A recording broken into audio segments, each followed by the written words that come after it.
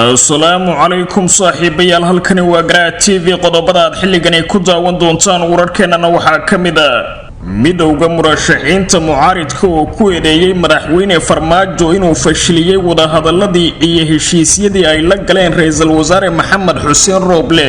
xubnaha beesha caalamka oo si wadajir ah u taageeray shirkii uu cilaamiyay madaxweyne Farmaajo baaqna u diray madaxda maamul goboleedyada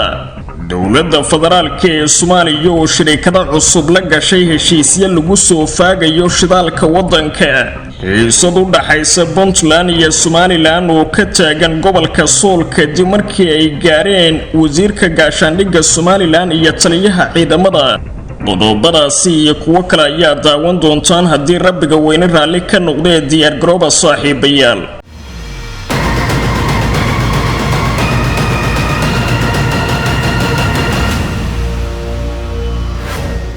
isku soo laabashaha boon mar kale daawadayaal halkani waa Garaa TV xasuusnow haddii aad joogtid waqtiga salaada soo guda waajibka leh ku saaran dibna ugu soo laabo daawashada video-gan aynu ku bilownay saaxiibayaal xubnaha midowga murashaxiinta mucaaridka ayaa shir degdeg ah oo ay ku yeesheen magaalada Muqdisho waxay eedayn ugu jeediyeen madaxweynaha jamhuuriyadda federaalka ee Soomaaliya oo ay ku dhaliileen inuu ka shaqeynayo carqaladaynta wada hadaladii uu socday ra'iisul wasaare Maxamed Xuseen Rooble iyo xubnaha midowga murashaxiinta mucaaridka war-saxaafadeed ka soo baxay golaha midowga murashaxiinta ee madaxtinimada Soomaaliya ee doorashooyinka 2021 ayaa looga soo horjeestay shirkii uu cilaamiyay madaxweynaha muddaxileedka dastuuriga ah ka dhamaaday ee wadanka Maxamed Cabdullaahi Farmaajo kaasi oo iskugu yeeray madaxda maamul goboleedyada murashaxiinta mucaaridka oo kulan ku yeeshay hotelka Jasiire ee magaalada Muqdisho ayaa nasiib darro ku tilmaamay shirka uu cilaamiyay madaxweyne Farmaajo waxayna sheegeen in shirkaasi uu yahay mid lagu xagal daacinayo wada hadaladii u dhaxeeyay ra'iisul wasaaraha jamhuuriyadda dalka Maxamed Xuseen Rooble iyo xubnaha midowga murashaxiinta mucaaridka isla markaana la xiriiray xaaladda siyaasadeed ee wadanka qaasatan arrimaha doorashooyinka waxa ay ugu baaqeen ra'iisul wasaaraha jamhuuriyadda federaalka ee Soomaaliya madaxda maamul goboleedyada iyo xubnaha beesha caalamka inaysan qayb ka noqonin tallaabooyin ay sheegeen in Farmaajo uu ku carqaladaynayo xasiloonida guud ee wadanka iyo xal u helidda geedi socodka doorashooyinka dalka ee 2021 xubnaha midowga murashaxiinta mucaaridka ayaa sheegay in ujeedada ugu weyn ee madaxweyne Farmaajo uu ka leeyahay shirkan uu xilligan cilaamiyay ay tahay sidii meesha looga saari lahaa guud ahaanba heshiisyadii dhex maray ra'iisul wasaare Maxamed Xuseen Rooble iyo xubnaha midowgaasi kuwaasi oo intooda badan quseeyay xaaladihii ugu dambeeyay ee ka taagnaa magaalada Muqdisho iyo arrimaha doorashooyinka warmurtiyeed ay soo saareen mucaaridku waxaa lagu yiri golaha midowga murashaxiintu waxa uu ka qayb ahaa wada hadal u dhaxeeyay ra'iisul wasaaraha xukuumadda xilgaarsiinta Maxamed Xuseen Rooble oo xal loogu raadinayay dhacdadii 19 bishii February ka dhacday magaalada Muqdisho taasi oo ahayd weerar lagu qaaday madaxweynayaashii hore ee dalka oo xilligani hormuudka golaha midowga murashaxiinta mucaaridka iyo sidoo kale ismarin waaga doorashooyinka heer federaal wada hadalka waxa sidoo kale qayb ka ahaa madaxweynayaasha dowlad goboleedyada Hirshabelle iyo Galmudug iyo sidoo kale gudoomiyaha gobolka Banaadir Cumar Finish wada hadalada oo laga gaaray isfahan horudhaca ayaa dajiyay culayskii iyo xaaladihii kacsanaanta ahaa ee dalka ka taagnaa gaar ahaan magaalada Muqdisho taasi oo abuurtay rajo bilow kuwaasi oo abuuray rajo bilow ah oo lagu dhamayn karo ismarin waaga guud ee ka taagan xaaladda siyaasadeed ee wadanka iyo arrimaha doorashooyinka wareeg kale oo wada hadal ayaa labada dhinac ugu ballansanaayeen maalinta Khamiista ee fooda ee lagu soo haysa bishuna ay tahay 4 March 2021 si loo dhamaystiro arrimaha qabiyada ah ee la xiriira cidda yeelanaysa mas'uuliyadda hogaamineed ee amniga iyo doorashooyinka wadanka maadaama uu muddaxileedka hay'adaha dastuuriga ah ee dalka uu dhamaaday kaalinta midowga murashaxiinta ee wada hadalada doorashooyinka iyo furitaanka maslaxada siyaasadeed ee wadanka. waxaase nasiib darro ah in madaxweynaha muddaxileedkiisu dhammaaday Maxamed Cabdullaahi Farmaajo uu si ula kaca u xagaldaacinayo wadahadallada u dhaxeeya ra'iisul wasaaraha dowladda xilgaarsiinta iyo midowga murashaxiinta mucaaridka kadib markii uu isla maalinta shirkaasi loo ballansanaa ku dhawaaqay shir uusan sharciyad u lahayn u yeeridiisa kaasi uu doonayo inuu ku carqaladeeyo wadahadallada u dhaxeeya ra'iisul wasaaraha iyo midowga murashaxiinta. haddaba golaha midowga murashaxiintu waxa uu ka digayaa cawaaqib xumada ka dhalan karta in la fashiliyo wadahadalladaasi, waxayna ku baaqayaan in la siiyo fursad dheeraad ah oo lagu soo gabangabayn karo isla markaana lagu jahayn karo xaaladda siyaasadeed. dhinaca kale goluhu waxa uu shacabka Soomaaliyeed ugu baaqayaa inay ka soo qayb galaan mudaharaadyo waaweyn oo laga soo horjeedo dowladda waqtigeedu dhammaaday ee madaxweyne Farmaajo, kuwaasi oo ka qabsoomaya daljirka dahsoon ee magaalada Muqdisho maalinimada Sabtida ee fooda inagu soo haysa. waxaana xukuumadda ugu baaqayaa goluhu inay gudato waajibkeeda sugidda amniga shacabka iyo dibadbaxayaasha sida uu ahaa heshiiskii ay horey u gaareen ra'iisul wasaaraha iyo midowga murashaxiinta. goluhu waxa uu ugu baaqayaa ra'iisul wasaaraha, madaxweynayaasha dowlad goboleedyada iyo beesha caalamka inaysan qayb ka noqonin tallaabooyin guracan oo madaxweynaha muddaxileedkiisu dhammaaday ku carqaladaynayo xasiloonida dalka iyo xal u helidda geedi socodka doorashooyinka 2021. xubnaha midowga murashaxiinta mucaaridka ayaa u muuqday kuwa si weyn uga carooday wacaalkii ka soo baxay madaxweyne Farmaajo ee ugu baaqay madaxda maamul goboleedyadu inay magaalada Muqdisho yimaadaan 4 bishani si ay uga qayb galaan wadahadal lagu goynayo doorashooyinka guud ee dalka 2021. xubnaha midowga murashaxiinta mucaaridka ayaa 2 kulan la yeeshay ra'iisul wasaaraha jamhuuriyadda dalka Maxamed Xuseen Rooble, kuwaasi oo laga gaaray isfaham ballaaran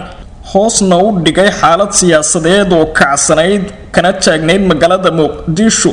iyo sidoo kale dibadbaxyo ay farta wadnaha uga hayeen shacabka ku dhaqan caasimadda.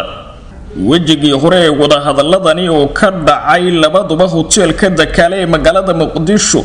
waxaa isfahan looga gaaray dibadbax maalinta ku xigtay wadahadalladaasi ay doonayeen mucaaridku inay ka dhigaan daljirka dahsoon ee magaalada Muqdisho xilli dowladdu ay mamnuucday isku imaatinka. waxaana xilligani xubnaha midowga murashaxiinta mucaaridku ay u fahmeen in baaqa uu soo saaray madaxweyne Farmaajo mid looga hortagayo dibadbaxyaasha isaga ka dhanka ah ee ka dhacaya magaalada Muqdisho. xildhibaan Mahad Maxamed Salaad oo ka mid ah xildhibaanada golaha shacabka ee waqtigoodu dhammaaday ayaa sheegay in ujeedka madaxweyne Farmaajo uu shirkani u cilaamiyay inuu yahay inuu ka cararo banaanbaxa looga soo horjeedo ee Sabtida la qorsheeyay inuu ka dhaco magaalada Muqdisho. hadal uu la wadaagay dadweynaha ayuu Mahad Salaad ku yiri madaxweyne Farmaajo isagoo ka cararaya mudaharaadyada maalinimada Sabtiga iyo shirka ra'iisul wasaare Rooble ee midowga murashaxiinta u ballansan yihiin maalinta Khamiista ayuu ku baaqay shir degdeg ah oo iskugu imaanayaan dowladda federaalka iyo maamulada xubnaha ka isla maalinimada Khamiista ee shirkani kale loo ballansanaa. xildhibaanku waxa uu kaloo sheegay in madaxweyne Farmaajo uu doonayo inuu isku qataaro ciidamada ammaanka shacabka dibadbaxaya midowga murashaxiinta mucaaridka ra'iisul wasaaraha iyo madaxda dowlad goboleedyada. mar haddii Farmaajo rabo inuu isku qataaro ciidamada iyo shacabka banaanbaxaya iyo sidoo kale madaxda qaybaheeda kala duwan, maxaa inoo diidaya inaynu naguna ka hormarsano mudaharaadka maalinimada Sabtida si aan fashil ugu imaanin, ayuu yiri Mahad Salaad oo ka tirsan baarlamaanka xubnihiisa sida gaarka u dhaliilay madaxweyne Farmaajo. saacada kadib markii la soo gabangabeeyay shir hoteelka Dakaale uga socday xubnaha midowga murashaxiinta iyo ra'iisul wasaare Maxamed Xuseen Rooble, warqad uu soo saaray madaxweyne Farmaajo ayaa lagu sheegay in 4 bishani ee magaalada Muqdisho ay marti gelinayso munaasabad lagu dhammaystirayo dadaaladii iyo wadahadaladii la xiriiray hirgelinta doorashooyinka dalka ee u dhaxeeyay dowladda federaalka xubnaha dowlad goboleedyada iyo gobolka Banaadir. kulankan oo hal maalin soconaya waxa uu ka qabsoomayaa magaalada Muqdisho waxaana looga gol leeyahay in lagu soo gabagabeeyo tallaabooyinkii gudiyada farsamo ee doorashada ee ka soo baxay kulamadii ay ku yeesheen magaalada Baydhabo ee Koonfur Galbeed Soomaaliya sida lagu sheegay warmurtiyeedka dowladda. xubnaha beesha caalamka ee saameynta kula siyaasadda Soomaaliya ayaa soo dhaweeyay shirka uu cilaamiyay madaxweyne Farmaajo ee ka dhacaya magaalada Muqdisho isla markaana ay iskugu imaanayaan madaxda dowladda federaalka kuwa maamul goboleedyada iyo gudoomiyaha gobolka Banaadir. ujeedadiisuna ay tahay in heshiis looga gaaro doorashooyinka dalka. beesha caalamka ayaa sidoo kale soo dhaweysay isla markaana bogaadisay wadahadalada socda ee ay yeelanayaan dowladda federaalka ee Soomaaliya iyo midowga murashaxiinta madaxweynaha kaasi oo muddo 2 jeer ka dhacay magaalada Muqdisho. xubnaha beesha caalamka ee taageerada siiya Soomaaliya oo ay hormuud u tahay qaramada midoobay ayaa ugu baaqay mas'uuliyiinta siyaasadda ee Soomaaliya inay si dhaqso leh iskugu yimaadaan shir si loo jaangooyo doorashooyinka dalka ee 2021 kuwaasi oo wax badan soo tilaabay waqtigii loogu talagalay isla markaana yooyootan xoogan uu ka taagan yahay. xubnaha beesha caalamka ee taageerada siiya Soomaaliya waxa ay dowladda federaalka iyo dowladaha xubnaha ka ugu baaqayaan inay ajiibaan isla markaana ay ka soo qayb galaan shirweyne ballaaran oo looga hadlayo doorashooyinka iyadoo la fulinayo heshiiskii 17 September 2020 lagu gaaray magaalada Muqdisho lana eegayo soo jeedintii ay gudiyada farsamo 15 ilaa 16 bishii February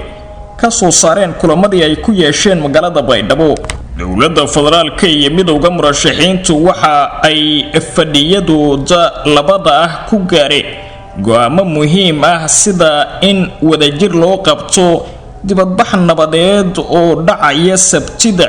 6 bisha Maarso sidoo kalena la xulay gudiyo labada dhinac ah oo ka shaqeynaya arrinkaasi. inkastoo Khamiista ay waji saddexaad u balansan yihiin labada dhinac haddana qoraal ka soo baxay filla Soomaaliya ayaa lagu cilaamiyay shir maalintaasi ka qabsoomaya magaalada Muqdisho isla markaana ay yeelanayaan dowladda xubnaha dowlad goboleedyada iyo gobolka Banaadir. beesha caalamku waxyaabo dheeraad kama oranin qoraalkan ka soo baxay madaxtooyada wadanka ee lagu cilaamiyay shirkani ay iskugu imaanayaan madaxda dowladda iyo kuwa maamul goboleedyada hase yeeshee si guud ayay baaq u direen kaasi oo ku socday maamul goboleedyada looguna sheegay inay ka soo qayb galaan kulamada socda si ay qayb uga noqdaan jaan goynta xaaladda siyaasadeed. saaxiibada Soomaaliya waxay soo dhaweynayaan si socoshada wadahadaladii 1 Maarso u dhaxeeyay ra'iisul wasaaraha xukuumadda federaalka ee Soomaaliya Maxamed Xuseen Roble golaha midowga murashaxiinta kadib shirkii guusha ku soo dhamaaday 25 Febraayo. saaxiibadu waxay ka codsanayaan ra'iisul wasaaraha iyo golaha midowga murashaxiinta madaxweynaha inay ku sii tallaabsadaan horumar kale oo laga rajaynayo. waxaan sidoo kale ku boorinaynaa madaxda dowladda federaalka iyo kuwa maamul goboleedyadu inay tanaasul muujiyaan isla markaana ay ajiibaan kulamada looga hadlayo doorashooyinka si markaasi loo gaaro go'aan waxtar u leh shacbiga oo dhan isla markaana dalka loogu dhaqaajinayo doorashooyin la isla ogol yahay. laakiinse safaaradda dowladda Mareykanku ay ku leedahay magaalada Muqdisho ayaa soo saartay iyaduna hadal gaara oo la xiriira xaaladda siyaasadeed ee wadanka iyo baaqi uu soo saaray madaxweyne Farmaajo. safaaradda Mareykanka ee Muqdisho ayaa ugu baaqday madaxda sare ee dowladda federaalka iyo kuwa maamul goboleedyada dalka ka jira inay ka wada hadlaan xalna ka gaaraan muranka ka taagan doorashooyinka 2021. qoraal kooban oo la soo dhigay Twitter-ka safaaradda Mareykanka ee magaalada Muqdisho ayaa lagu sheegay in waqtiga uu yahay mid soconaya isla markaana loo baahan yahay in saamilayda siyaasadeed ay ku heshiiyaan doorashada. waqtigu waa uu socdaa waxaan ka codsanaynaa madaxda dowladda iyo kuwa maamul goboleedyada inay hadda kulmaan wax sax ahna ay u qabtaan dadka Soomaaliyeed oo ay dhamaystiraan doorashooyinka ayaa lagu yiri qoraalka dawladda Mareykanka. beesha caalamka ayaa madaxda dawladda iyo kuwa maamul goboleedyada cadaadis ku saaraysa sidii xal looga gaari lahaa muranka ka taagan qabsoomidda doorashooyinka guud ee dalka sanada 2021. wasiirka wasaaradda batroolka ee dawladda Soomaaliya ayaa ku sugan wadanka Mareykanka halkaas oo kula kulmay madaxda shirkado waaweyn oo ka shaqeeya soo saarista shidaalka iyagoo ka wada hadlay sidii loo soo faagi lahaa kheyraad dihin oo ku duugan dalka Soomaaliya. kadib fashilkii bishii Janaayo ee sanadkani ku yimid heshiis ay doonaysay in dawladda Soomaaliya ay la saxiixato shirkadda Sam Oil kaasi oo la xiriiray soo saaridda xirmooyinka gaaska iyo shidaalka ayaa dawladda Soomaaliya waxay bilowday dadaal kale oo ay ku raadinayso shirkado waaweyn oo ka shaqeeya dhinaca soo saarista shidaalka si ay arrimahaasi heshiis uga gasho isla markaana Soomaalida ay u soo saaraan shidaalka. Cabdirashiid Maxamed Axmed ayaa u ambabaxay dalka Mareykanka si uu u sii wado kulamadiisa la xiriira in uu la kulmo shirkadaha caanka ah ee dunida isla markaana ka shaqeeya soo saarista shidaalka dihin ee ku jira wadamada. socdaalka wasiirka uu ku jooga dalka Mareykanka waxaa la sheegay inay ku helinayaan mas'uuliyiin kale oo ka tirsan wasaaraddaasi iyo xubno ku jira guddiga kheyraadka ee baarlamaanka Soomaaliya waxaana dhammaantood ay ujeedadoodu tahay inay la kulmaan madax khibrad u leh isla markaana hogaaminaya shirkado waaweyn oo arrimahaasi ka shaqeeya. inkastoo aan si cad loo sheegin madaxda shirkadaha waaweyn ee uu la kulmay wasiirka wasaaradda batroolka ee Soomaaliya intii uu ku sugnaa dalka Mareykanka, haddana warbixin loo dusiyay warbaahinta gudaha ayaa muujinaysa in dawladda Soomaaliya ay si laba jibaartay dadaalkeeda ku aadan in la soo saaro kheyraadka wadanka siiba shidaalka isla markaana ay heshiisyo la galayso shirkadaha qaar kamida kuwa ugu caansan dunida. arrintani waxay sidoo kale ku soo aadaysaa iyadoo uu dhacsan yahay mudaxileedka dastuuriga ah ee hay'adaha dawladda federaalka ee Soomaaliya wadankana uusan doorasho u dhaqaaqin waxaana arrintani horey walaac uga muujiyay madaxda maamul goboleedyada qaar kamida iyo midowga murashaxiinta mucaaridka iyagoo sheegay inuusan jirin dastuur xilligani dawladda xaq u siinaya inay heshiisyo noocaasi oo kala gasho maadaama aysan haysan dastuur ay wadanka ku hogaamiso.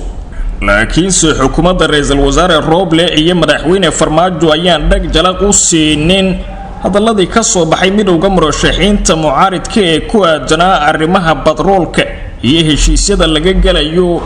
iyagoo si laba jibaaraya dadaalkooda ku aadan soo jiidashada shirkado waaweyn oo ka shaqeeya arrimahaasi. ugu dambeyntiina wafdi uu hogaaminayo wasiirka wasaaradda gaashaandhigga ee Somaliland Mudane Cabdiqani Maxamuud Caateye oo wehelinayo taliyaha guud ee ciidanka militariga Somaliland sareeya gaas Nuux Ismaaciil Tani iyo xubno ka tirsan talisyada ciidanka Somaliland ayaa gaaray jiidda hore ee ciidanka Somaliland ay kaga sugan yihiin deegaanka Tukaraq ee gobolka Sool. wafdiga uu hogaaminayo wasiirka gaashaandhigga ee Somaliland markii ay gaareen magaalada Laascaanood ee xarunta gobolka Sool waxaa halkaasi ku soo dhaweeyay taliyaha aagga bari ee ciidanka Somaliland sareeya guuto Cali Barre Xuseen. wasiirka gaashaandhigga oo wehelinayo taliyaha guud ee ciidanka Somaliland ayaa salaan ka qaatay cutubyo ka tirsan ciidanka Somaliland ee ku sugan magaalada Laascaanood. wasiirka iyo taliyaha ayaana sidoo kale warbixin ka dhageystay saraakiisha ciidamada qalabka siga ee ku sugan jiidda hore ee deegaankaasi. intaasi kadib wafdiga ayaa bilaabay kormeerka fariisimada ciidanka Somaliland ee ku sugan meelaha ay isku horfadhiyaan ciidanka dawlad goboleedka ee Puntland oo jooga meelo kamid ah deegaanada gobolka Sool isla markaana ay isku hayaan Somaliland. wafdigani halkaasi gaaray ayaa dhaliyay xiisad iyo dhaqdhaqaaq cusub oo ka taagan deegaanada gobolka Sool maadaama ay halkaasi iskaga dhow yihiin ciidanka Puntland iyo kuwa Somaliland oo muddo dheer isku horfadhiyay deegaanada gobolkaasi. wafdiga ayaa maalmaha soo socda ku sugnaan doona gobolada bariga ee Somaliland iyagoo gaari doona jiida ugu horeysa ee ciidanka Somaliland ay isku hor fadhiyaan ciidamada ammaanka ee Puntland iyo meelo kale oo kamid ah gobolada Sool iyo Sanaag. wararkii ugu dambeeyay Soomaalida iyo caalamka wanaga intaas nabadgelyo.